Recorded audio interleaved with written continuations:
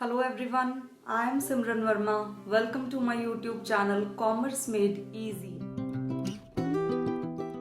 I hope you all are doing good.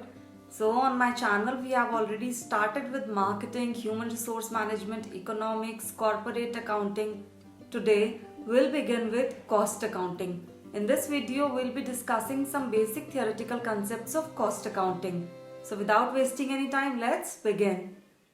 Cost accounting. In this video, we are going to discuss about the origin of cost accounting, its definition, objectives, importance, limitations, cost and its various elements, components of total cost and cost sheet. Origin of cost accounting originate कैसे हुई है? पहले हम लोग सिर्फ financial accounting के बारे में पढ़ते थे, बिजनेसेस भी सिर्फ उसी से कंसर्न थे, अपने फाइनेंशियल स्टेटमेंट्स बनाने तक, फाइनेंशियल रिकॉर्ड्स मेंटेन करने तक। लेकिन अकाउंटिंग के डोमेन में रीसेंट डेवलपमेंट्स में से एक है कॉस्ट अकाउंटिंग। कॉस्ट अकाउंटिंग इतनी इंपॉर्टेंट क्यों हो चुकी है आज के टाइम में? बिकॉज सभी बिजनेसेस, इंडस्ट्रियलिस्ट, हर कोई ज़्यादा कॉस्ट कॉन्शियस हो चुका है, यानी वो अपनी अननेसेसरी कॉस्ट को कंट्रोल करना चाहते हैं, उन्हें एलिमिनेट करना चाहते हैं, ताकि कम से कम कॉस्ट पे अपने कंज्यूमर्स को बेटर क्वालिटी के प्रोडक्ट्स, गुड क्वालिटी के प्रोडक्ट्स प्रोवाइड कर सकें और अपने कॉम्पिटिटर से कम कॉस्टिंग अपने प्रोडक्ट्स की रख सकें।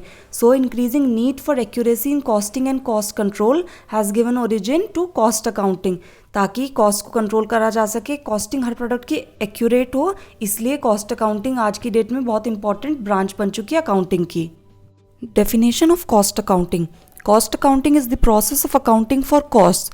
तो आपके प्रोडक्ट्स और सर्विसेज की या आपके जो बिजनेस की जो भी कॉस्ट्स हैं उनकी अकाउंटिंग करना, उनके रिकॉर्ड्स मेंटेन करना, इसे कॉस्ट अकाउंटिंग कहते हैं। It relates to the recording of all income and expenditure and preparation of periodical statements and reports with the object of ascertaining and controlling cost.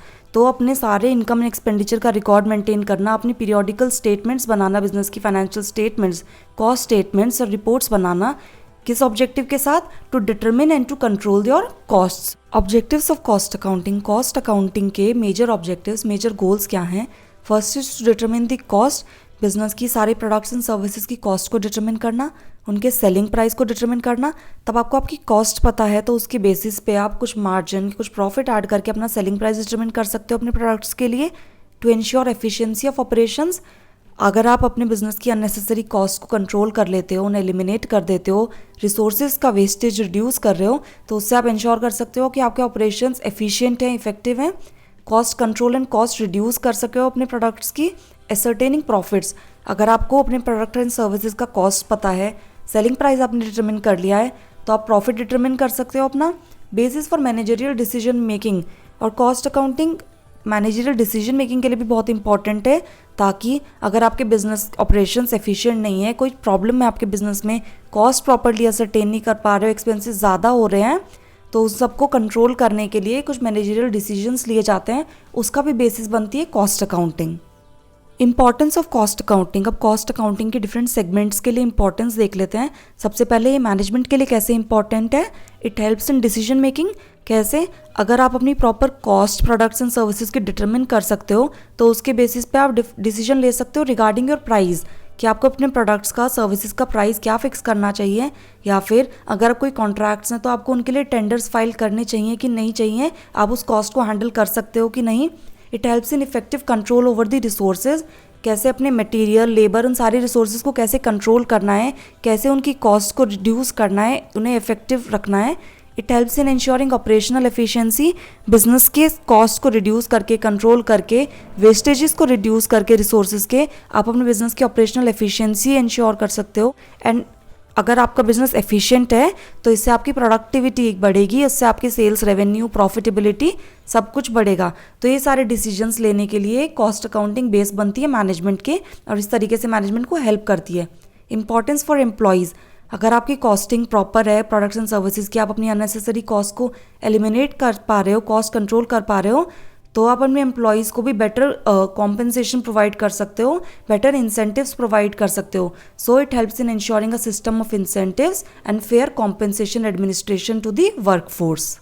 Importance for creditors. Business के creditors कौन होते हैं? जो business को loans, funds provide करते हैं इन times of need, जैसे कि इन्वेस्टर्स, बैंक्स, मनी लेंडर्स। इनके लिए कॉस्ट अकाउंटिंग कैसे हेल्पफुल है?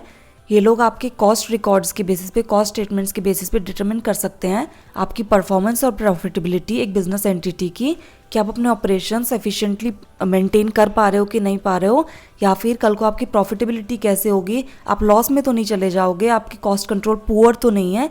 और इसके बेसिस पे वो डिटरमिन करते हैं कि उन्हें आपको लोन्स प्रोवाइड करने चाहिए कि नहीं चाहिए, आपकी रीपेमेंट कैपेसिटी कैसी है। इकोनॉमी के लिए कॉस्ट अकाउंटिंग कैसे इंपॉर्टेंट है?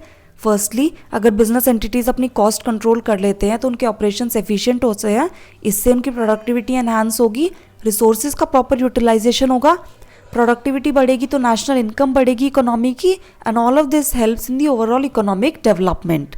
Limitations of cost accounting, cost accounting की कमियां क्या हैं? It is an expensive system. अगर आप अपने बिजनेस में कॉस्ट अकाउंटिंग इंट्रोड्यूस करना चाहते हो तो उसके लिए एक सिस्टम आपको बनाना पड़ता है, यह आपके बिजनेस के लिए एक नया एक्सपेंस बन जाता है। Difference between the results of financial and cost accounting, तो आप फाइनेंशियल रिकॉर्ड्स और कॉस्ट रिकॉर्ड्स जो मेंटेन करते हो उनके रिजल्ट्स में या उनके इम्प्लीकेशंस में डिफरेंस होंगे, तो आपको फिर ये डिटरमिन करना मुश्किल हो जाएगा कि ज़्यादा एक्यूरेट कौन से, आपको किसे कंसिडर करना चाहिए। And need for efficient managerial system, तो आप कॉस्ट अकाउंटिंग का कितना भी एफिशिएंट सिस्टम क्यों ना मेंटेन कर लो, अपनी कॉस्ट कितनी भी कंट्रोल कर लो, इससे मैनेजमेंट को आप रिप्लेस नहीं कर सकते हो। एफिशिएंट मैनेजरियल डिसीजन मेकिंग की, एफिशिएंट मैनेजमेंट की रिक्वायरमेंट तो भी रहेगी, बिकॉज चाहे आप अपनी कॉस्ट कंट्रोल कर लो लेकिन अगर मैनेजमेंट आपका एफिशिएंट नहीं है, डिसीजन मेकिंग आपकी पुअर है बिजनेस की, तो उससे आपकी कॉस्ट सब भी ज़्यादा ही रहेंगी, कॉम्पिटिटर्स के मुकाबले आपकी परफॉर्मेंस कम रहेगी। So it does not replace your efficient management. Cost, अब कॉस्ट होती क्या है? It is the amount of expenditure incurred on or attributable to a given thing, तो किसी भी प्रोडक्ट का, किसी भी सर्विस का जो भी सारी कॉस्ट उससे रिलेटेड हैं, जो भी सारे एक्सपेंसेस उससे रिलेटेड हैं, वो सब उसकी कॉस्ट होते हैं। Elements of total cost, total cost में क्या क्या इंक्लूड किया जाता है? Materials cost, labour cost, expenses and overheads. अब हमारे मटेरियल्स भी दो टाइप के होते हैं, direct material and indirect material. Direct material वो होता है जो आपके फाइनल प्रोडक्ट का पार्ट बनता है। फॉर एग्जाम्पल, अगर आप टेबल बनाने के लिए वुड यूज़ कर रहे हो तो वुड उस टेबल में एंड तक रहेगी, उस प्रोडक्ट का पार्ट बनेगी, टेबल का पार्ट बनेगी, तो आपकी डायरेक्ट मटेरियल कॉस्ट है। इनडायरेक्ट मटेरियल जो भी आपके प्रोडक्शन के टाइम में स्टेशनरी, ऑयल या स्पेयर पार्ट्स जो भी लग गए हैं, जो फाइनल प्रोडक्ट का पार्ट नहीं होते हैं बट प्रोसेस में, प्रोडक्शन के प्रोसेस में यूज़ होंगे, वो सब इनडायरेक्ट मटेरियल होते हैं।